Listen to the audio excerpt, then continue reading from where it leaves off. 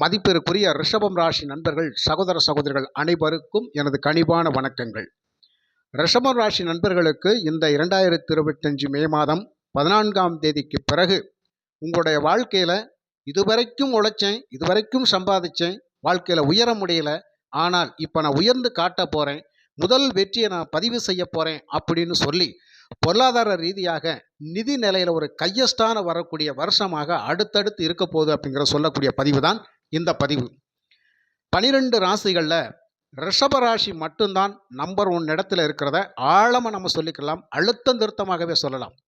நீங்கள் அதாவது ரிஷப ராசிக்கு என்ன சொல்கிறது அப்படின்னு கேட்டால், திரும்புகிற திசையெல்லாம் திருமகள் காட்சி தருவாள் அப்படிங்கிறது மாதிரி நம்ம திரும்புகிற திசையெல்லாம் காலடி எடுத்து வைக்கிற இடத்துல எல்லாம் நமக்கு நன்மைகளே அதிகமாக கிடைக்கும் அப்படிங்கிறத நம்ம சந்தோஷமாக அனுபவிக்கத்தான் போகிறோம். அந்த அளவுக்கு உங்களுக்கு பர்ஃபெக்டாக இருக்கக்கூடிய அமைப்பு அப்படிங்கிறது லாபஸ்தானத்தில் சனி பகவான், 10ல் ராகு பகவான், தனஸ்தானத்தில் குரு பகவான், கேது பகவான் உங்கள் ராசிக்கு 4ல். இந்த கேது பகவான் ராசிக்கு 4ல் இருக்கிறது விஷயம் மட்டும்தான் நமக்கு ஒரு சின்ன சின்ன நெகட்டிவான விஷயமே தவிர, மற்றபடி சனி பகவானாலும் ராகு பகவானாலும் குரு பகவானாலும் ஒரு மிகப்பெரிய உயர்ந்த நிலைக்கு நம்ம வர்றதுக்கு இந்த 3 பகவான்களுமே நமக்கு மிகப்பெரிய சப்போர்ட் பண்ண போகிறாங்க அப்படிங்கிறது தெரிஞ்ச விஷயம். இந்த சப்போர்ட் உண்டு உங்களுக்கு கண்டிப்பாக. அதாவது என்ன சொல்கிறது அப்படின்னு கேட்டால், பணத்தை கண்ணில் பார்க்குறேன், அதோட சரி 10 பைசா மிச்சம் பண்ண முடியலை. எவ்வளவோ உழைக்கிறேன், அந்த உழைப்புக்கேற்ற ஊதியத்தை நான் வாங்குகிறேன், ஆனால் அந்த ஊதியம் அப்படிங்கிறது நம்ம கையில் நிற்க மாட்டேங்குது. வரவுக்கு செலவுக்கும் தன்னொத்து போனாலும் கூட பரவாயில்ல, ஆக அப்படி கூட போக மாட்டேங்குது. கடனுக்கு மேலே கடன், பிரச்சனைக்கு மேலே பிரச்சனை, தீரவே மாட்டேங்குது ஐயா.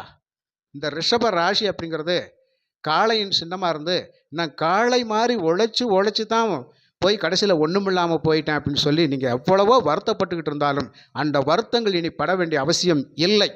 12 வருஷத்துக்கு அப்புறம் குரு பகவான் தனஸ்தானத்தில், 18 வருஷத்துக்கு அப்புறம் ராகு பகவான் உங்களுடைய ராசிக்கு 10ஆம் இடத்துல, 30 வருஷத்துக்கு அப்புறம் சனி பகவான் லாபஸ்தானத்தில். இந்த விஷயங்களெல்லாம் கொஞ்சம் கரெக்டாக அந்த வருஷங்களெல்லாம் நோட் பண்ணி பாருங்கள். 12 வருஷத்துக்கு முன்னாடி நம்ம எப்படி இருந்தோம், 18 வருஷத்துக்கு முன்னாடி எப்படி இருந்தோம், 30 வருஷத்துக்கு முன்னாடி எப்படி இருந்தோம் அப்படிங்கிற விஷயத்தெல்லாம் கொஞ்சம் நீங்களாக கால்குலேஷன் பண்ணி பார்த்தாலே தெரியும். இப்போ அந்த மாதிரியான ஒரு அற்புதமான சுபபலன்களை தரக்கூடிய அமைப்பில் சனி பகவான் லாபஸ்தானத்திலிருந்து தொட்டதெல்லாம் துலங்கக்கூடிய அமைப்பில், எடுத்த காரியங்களெல்லாம் வெற்றி பெறக்கூடிய அமைப்பில், சொத்து சுகங்களை வாங்கக்கூடிய அமைப்பில், பணவரவை அதிகப்படுத்தக்கூடிய அமைப்பில், தொழில்துறையில் மிகப்பெரிய லாபத்தை சந்திக்கக்கூடிய அமைப்பில், தூரதர்ஷ பயணங்கள் மூலமாக ஆதாயத்தை பெறக்கூடிய அமைப்பில் நிறைய விஷயங்களில் சனி பகவான் சப்போர்ட்டோடு இருக்கிறாரு அப்படிங்கிறத நம்ம தெளிவாக எடுத்துக்கலாம். அந்த விதத்தில் ரிஷபராசி நண்பர்களுக்கு சனி பகவான் மிகவும் வலிமையாக இருக்கிறார் அப்படிங்கிறத நீங்கள் தாராளமாக எடுத்துக்கொள்ளலாம். சந்தோஷம்தான். தனஸ்தானத்தில் குரு பகவான் இனிமேல் இந்த நிமிஷத்துலேருந்து, அதாவது மே 14ஆம் தேதிக்கு அப்புறம் ஒரு வருஷம் தனஸ்தானத்தில் தான் குரு பகவான் இருப்பார். இந்த ஒரு வருஷத்துக்குள்ள எவ்வளவு நகை வாங்கணுமோ அந்த பொன் ஆபரணங்கள் வாங்கித்தான் தீருவீங்க. சுபமங்கல நிகழ்வுகள் வீட்டில் நடந்து தான் தீரும். குடும்பத்தில் சந்தோஷம், மகிழ்ச்சி அப்படிங்கிறது குதூகூலமாக இருக்கும். எடுத்த காரியங்களெல்லாம் சிறப்பாக வெற்றி தரக்கூடிய அமைப்பில் இருக்கும். அதிர்ஷ்ட வாய்ப்புகள் மேலும் மேலும் நமக்கு வந்துக்கிட்டே இருக்கும். நல்ல நல்ல வாய்ப்புகள் எல்லாம், நல்ல மனிதர்களின் தொடர்புகள் எல்லாம் நமக்கு கிடைச்சிக்கிட்டே தான் இருக்கும். இந்த மாதிரியான ஒரு விஷயங்கள் அப்படிங்கிறது உங்களுக்கு பாசிட்டிவாக இருக்குது. அதனால் இந்த குரு பகவான் பார்க்கக்கூடிய 5ஆம் பார்வை 6ஆம் இடத்தை தான் பார்க்குறாரு. ஐயா, இது வரைக்கும் கடனில் சிக்கி தவிச்சிட்டேன் ஐயா, நோய் நொடி உபாதைகளில் சிக்கி நான் தவிச்சுக்கிட்டு இருக்கிறேன் ஐயா, மருத்துவ செலவுகள் கட்டுப்படுத்த முடியாமல் அவ்வளோ தூரம் கஷ்டமாக இருக்குது ஐயா, பல விஷயங்களில் என்னுடைய முன்னேற்றத்துக்கு பல பேர் தடையாக இருக்காங்கன்றது என் கண்ணு முன்னாடியே தெரியுது ஐயா, அவங்களெல்லாம் நான் தட்டிச்சு கேட்க முடியல ஐயா, கூட இருந்துக்கிட்டே குளிப்பறிச்சிக்கிட்டே இருக்காங்க ஐயா, சொந்த பந்த உறவுகளை என்னால் நம்ப முடியல ஐயா, குடுக்கல் வாங்கல் சிறப்பாக இல்லையா ஐயா, இதையெல்லாம் நான் நிவர்த்தி பண்ணி எப்பையா நான் முன்னுக்கு வருவேன் அப்படின்னு சொல்லி சில பேர் கேட்டீங்க அப்படின்னு சொன்னால், இனி அடுத்து மே 14ஆம் தேதி கண்டிப்பாக அதற்கான மாற்று வழிகள் உண்டு. நிச்சயமாக நல்லா வருவோம். அப்போ நோய் இல்லை, கடன் இல்லை, துன்பம் இல்லை, துயரம் இல்லை, கஷ்டம் இல்லை, காசுக்கு பஞ்சம் இல்லை. புரியுதுங்களா? அப்போ இது வரைக்கும் நம்ம வட்டி கட்டியே காலத்தை ஓட்டியிருப்போம், கடன் கட்டியே நமக்கு மண்டமயிரே கழிஞ்சு போயிருக்கும். உண்மை. நிம்மதியாக ஒரு சாப்பாடு உட்காந்து சாப்பிட்டு நான் தூங்கி பல வருஷங்களாச்சையான்னு சொல்லக்கூடியவங்களாம் ரிஷபராசி நண்பர்கள் தான். இனி நிம்மதியாக உறங்கலாம், நிம்மதியாக தூங்கி எந்திரிக்கலாம். அந்த பாக்கியம் உங்களுக்கு உண்டு சகல விதத்திலையும். அப்போ 6ஆம் இட பிரச்சனை தீருது. புரியுதுங்களா? அப்போ என்ன வேலை செய்யணும்னு நினைக்கிறோமோ அந்த வேலையை செய்ய போகிறோம். அந்த வேலையில் எவ்வளவு இலக்கான வருமானத்தை நம்ம அடைய நினைக்கிறோமோ அந்த வருமானத்தை நம்ம அடைய போகிறோம்.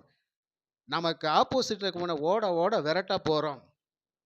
நம்ம கூட எவனா பிரச்சனை பண்ணிக்கிட்டு நமக்கு தொந்தரவு கொடுத்துக்கிட்டு நம்மளை வாழ விடாமல் செஞ்சு நம்ம முன்னேற்றங்களுக்கு தடையாக இருந்தாங்களோ அவங்களெல்லாம் இனி வந்து நம்மளை கண்டு ஓடக்கூடிய நிலைமை தான் இருப்பாங்க.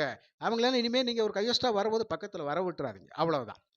நேக்கா பேசி சைஸாக பேசி மறுபடியும் உறவு கொண்டாட வருவார்கள். ஒதுங்கிக்கங்க.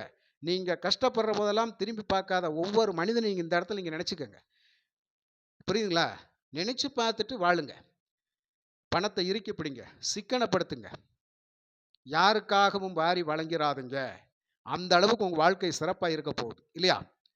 அதனால் வந்து இந்த குருபவன் பார்க்கக்கூடிய 7ஆம் பார்வை 8ஆம் இடம் ஐயா, புதையல் ரகசியம் கண்டிப்பாக தேடி கண்டுபிடிக்கக்கூடிய அமைப்பில் யாருக்காவது ஒருவருக்கு அல்ல, பல ரிஷபராசி நண்பர்களுக்கு இப்போ நடக்கக்கூடிய யோக தசைகளாக இருந்தால், நல்ல தசை தசா புத்திகள் போய்கொண்டு இருந்தால் கண்டிப்பாக அந்த ஒரு அதிர்ஷ்ட வாய்ப்புகள் மூலமாக உங்களுக்கு ஒரு புதையல் யோகம் நிச்சயமாக உண்டு. அப்படின்னா என்னய்யா?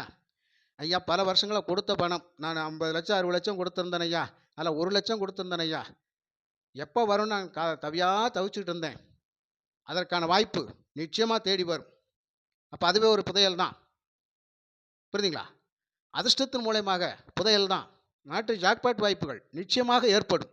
8ஆம் இடம் பரம ரகசியம் இல்லையா? ஆயுள் ஸ்தானம். ஆயுள் பலம் கூடும் ஐயா.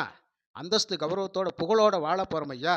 ஊரே உங்களை பார்த்து மூக்கில் விரலை வைக்கிற அளவுக்கு ஆச்சரியப்படும்படியான ஒரு வாழ்க்கை ரிஷபராசி நண்பர்களுக்கு உண்டு உண்டு உண்டு, நிச்சயமாக உண்டு. அதே மாதிரி குருபவன் பார்க்கக்கூடிய 9ஆம் பார்வை 10ஆம் இடம் 10ல் ராகு. ஐயா கவலையே வேண்டாம். எனக்குன்னு ஒரு தகுதியான வேலை வாய்ப்பு, எனக்குன்னு ஒரு தகுதியான தொழில் வாய்ப்பு, நான் எந்த துறையில் போகணும்னு நினைக்கிறேனோ அந்த துறையில் போய் சாதிக்கக்கூடிய அமைப்பு அப்படிங்கிறது எப்போ வரும்னு கேட்டவங்களுக்கெல்லாம் இப்போ தான். அருமையான காலம் இல்லையா? நல்லா இருப்போம். பொதுவாக 10ஆம் இடத்துல ஒரு பாவியேனும் இருந்தால் அந்த ஜாதகர் எங்கே போனாலும் பொழைச்சிக்கிறார் அப்படிங்கிறது தான். அதில் பாம்பு கிரகம் ராகு பகவான் சுழிவு நெளிவுக்காரரு. மகாபாரதத்தில் சகுனி பகடை உருட்டுவார். அவர் ஒரு பார்வை சைஸாக பார்த்துட்டு இந்த கட்டையை பார்க்க மாட்டார், உருட்டிகிட்டே இருப்பார். அவர் என்ன நினைக்கிறாரோ அந்த புள்ளி கரெக்டாக அவருக்கு விழுகும். அதில் தான் நிறையா அவருக்கு வெற்றி வாய்ப்புகள் வந்துக்கிட்டே இருக்கும். பாண்டவர்கள் தோக்குறாங்க இல்லையா? அந்த அளவுக்கு ஐயா உருட்டுங்க ஐயா. உருட்டுனா ஜெயிப்பீங்க ஐயா. அதில் வந்து அதிர்ஷ்ட வாய்ப்புகள் கிடைக்கும் ஐயா. நீங்கள் எதை அடையணும்னு நினைக்கிறீங்க அதை அடைஞ்சே தீர்வீங்க ஐயா. இது நிச்சயம் நடக்கும். ஏன்னா கும்பராசியில் ராகு இருக்கிறது பண வரவு எந்த அளவுக்கு வருதோ அதெல்லாம் பதுக்கக்கூடிய அமைப்பு. ரிஷபராசி நண்பர்களுக்கு வருமானத்துக்கு மேலே வருமானம் வந்துக்கிட்டே இருக்கும். அப்போ பணம் கொட்டுன்றதற்காக அனாவசியமான செலவுகளை எல்லாம் நம்ம குறைச்சிக்கிட்டு சேமிப்பை தொடங்குங்கள். கும்பத்தில் ராகு, பணத்தை ஒழிச்சு வையுங்கள். ஏன்னா குடத்துக்குள்ளே என்ன ரகசியம் இருக்குன்னு தெரியாது, புற்றுக்குள்ளே என்ன ரகசியம் இருக்குன்னு தெரியாது. ஆனால் அதுக்குள்ளே தான் போய் ராகு இருக்கிறாரு. அப்போ என்ன நடக்கும்? நவரத்தினங்கள் ஒளிஞ்சிருக்கும் ஐயா. அப்போ அந்த இடத்துல தான் நம்ம பணத்தை ஒழிச்சு வைக்கணும்னு அர்த்தம். அப்போ தெரியாமல் ஒழிச்சு வைங்க. எதிர்கால சேமிப்பு அப்படிங்கிறது இப்போயே பிளான் பண்ணிக்கங்க. இந்த ஒரு 2.5 வருஷத்துக்கு கொடுத்துக்கிட்டே இருக்கும் சனி பகவான். பணத்தை லாபத்துக்கு மேலே லாபம் கொடுத்துக்கிட்டே இருப்பார். உங்களை சகல விதத்தில் முன்னேறி போக வச்சுக்கிட்டே இருப்பார். நீங்கள் ஒரு வெகுளித்தனமாக இருந்த ஒரு இருமாப்பாக இருந்துட்டிங்கன்னா இந்த 2.5 வருஷத்துக்குள்ள உங்களுக்கு பிடிப்புத்தன்மை ஏற்படலைன்னா அப்புறம் 2.5 வருஷம் கழித்து மறுபடியும் பணத்துக்கு கஷ்டம்தான் வரும். அப்போது காற்றுள்ள போதே தூற்றிக்கொள்ளுங்கள். பணம் வருகின்ற பொழுதே சுதாரிச்சுக்குங்க. 30 வருஷத்துக்கு அப்புறம் சனி பகவான் லாபஸ்தானத்தில், 18 வருஷத்துக்கு அப்புறம் ராகு பகவான் இங்கே 10ஆம் இடத்துல, அதுவும் குரு பார்வையில் குரு பகவான் 12 வருஷத்துக்கு அப்புறம் தனஸ்தானத்தில். இதை விட ஒரு அற்புதமான காலம் இனி எப்போ வரப்போகுது? இப்போ வந்துருச்சு. சுதாரிச்சுக்குங்க சுதாரிச்சுக்குங்க. அப்புறம் ரிஷபராசி நண்பர்களுக்கு நீ அடுத்தடுத்து மிகப்பெரிய வெற்றிகள் தான் காத்து கொண்டிருக்கும். செல்வ வளம் பொருளாதாரம் அப்படிங்கிறது சிறப்பாக இருக்கும். வீடு மண்மனை யோகங்கள் சொத்து சுகங்கள் எல்லாமே நம்ம வாங்குவோம். புதிய காரு வாங்கி ஓட்டக்கூடிய அமைப்பெல்லாம் பல பேருக்கு அதிர்ஷ்டமாக இருக்கும். பழைய வண்டிகளெல்லாம் மாற்றிட்டு புது வண்டி நான் வாங்க போகிறேன், வாங்குவோம், கண்டிப்பாக வாங்குவோம். வீட்டுக்கு தேவையான அத்தனை பொருள்களும் புதுசாகவே வாங்கக்கூடிய அமைப்பெல்லாம் நிச்சயமாக ஏற்படும் ரிஷபராசி நண்பர்களுக்கு. பழச மாத்திரு, புதுசாக்கிருவோம். ஒரு வண்டி வாங்கணும், இன்னொரு வண்டி வாங்குவோம். ஒரு இடத்த வாங்கணும், இன்னொரு இடத்த வாங்குவோம். ஒரு வீடு கட்டணும், இன்னொரு வீட கட்டுவோம். இப்படியெல்லாம் உங்களுக்கு ரெட்டிப்பு லாபம் அப்படிங்கிறது சனி பகவான் கொடுக்கக்கூடிய அமைப்பில் இருக்கிறனால சுதாரிச்சுக்கங்க. நல்ல நல்ல விஷயங்கள் எல்லாம் உங்களுக்கு காத்து கொண்டிருக்கிறது. அதனால ரிஷபராசி நண்பர்களுக்கு இந்த குருவனுடைய பார்வையில் ராகு இருப்பது அப்படிங்கிறது ரொம்ப சிறப்பு. 11ஆம் இடத்துல சனி பகவான் இருப்பது அப்படிங்கிறது அதை விட சிறப்பு. 4ல் கேது இருக்கிறது அப்படிங்கிறது மட்டும்தான் கொஞ்சம் குறைபடும். தாயினுடைய உடல் ஆரோக்கியம் சம்பந்தப்பட்ட விஷயங்களை கவனமாக பார்த்துக்குங்க. வண்டி வாகனங்கள் செலவுகள் வராமல் பார்த்துக்கங்க. ரிப்பேர் செலவுகள் வரும். அதை எப்படினாலும் சமாளிச்சிருங்க. கண்டிப்பாக செக்கப், உடல் செக்கப்பு, வாகன செக்கப் அப்படிங்கிறது, வீட்டுக்குள்ள செக்கப் அப்படிங்கிறது கரெக்டாக பண்ணிக்கங்க. ஆரோக்கிய பிரச்சனையில் மட்டும் குறைபாடு இல்லாமல் பார்த்துக்குங்க. இந்த காலகட்டத்தில் ரிஷபராசி நண்பர்கள் கண்டிப்பாக குலதெய்வ வழிபாடை ரொம்ப பக்திமயமாக பண்ணுங்க. ஒரு பிடிப்புத்தன்மையோடு பண்ணுங்க. அந்த தெய்வம் உங்களை கண்டிப்பாக வாழ வைக்கும். அதுக்கப்புறம் அவரவர் வணங்கக்கூடிய இஷ்ட தெய்வங்களை பிடிச்சுக்குங்க. ஃபஸ்ட்டு குலதெய்வம், அப்புறம் இஷ்ட தெய்வங்கள். இந்த 2 விஷயத்தை கரெக்டாக ஃபாலோ பண்ணி போயிட்டே இருங்க. நீங்கள் எந்த இலக்கை நோக்கி பயணிக்கணும்னு நினைக்கிறீங்களோ அந்த இலக்கை கட்டாயம் அடைஞ்சே தீருவீங்க. அப்போது ஒட்டுமொத்தத்துக்கு சொல்லக்கூடிய விஷயம் என்ன அப்படின்னு கேட்டால், நீங்கள் எந்த துறையில் இருந்தாலும் இந்த ரிஷபராசி நண்பர்கள் சாதிப்பார்கள் அப்படிங்கிறது தான். அதுக்கப்புறம் இந்த கோச்சார பலன்கள் அப்படிங்கிறது ரொம்ப பர்ஃபெக்டாக நல்ல விஷயத்தை தரக்கூடியதாக இருக்கிறதுனால, இந்த சுய ஜாதகங்களில் ஒரு விஷயத்தை நீங்கள் நல்லா நோட் பண்ணிக்கோங்க. நீங்கள் பிறந்த திதி, வாரம், நட்சத்திரம், கரணம், நாமயோகம்னு சொல்லி ஒரு 5 அங்கங்கள் இருக்கும்.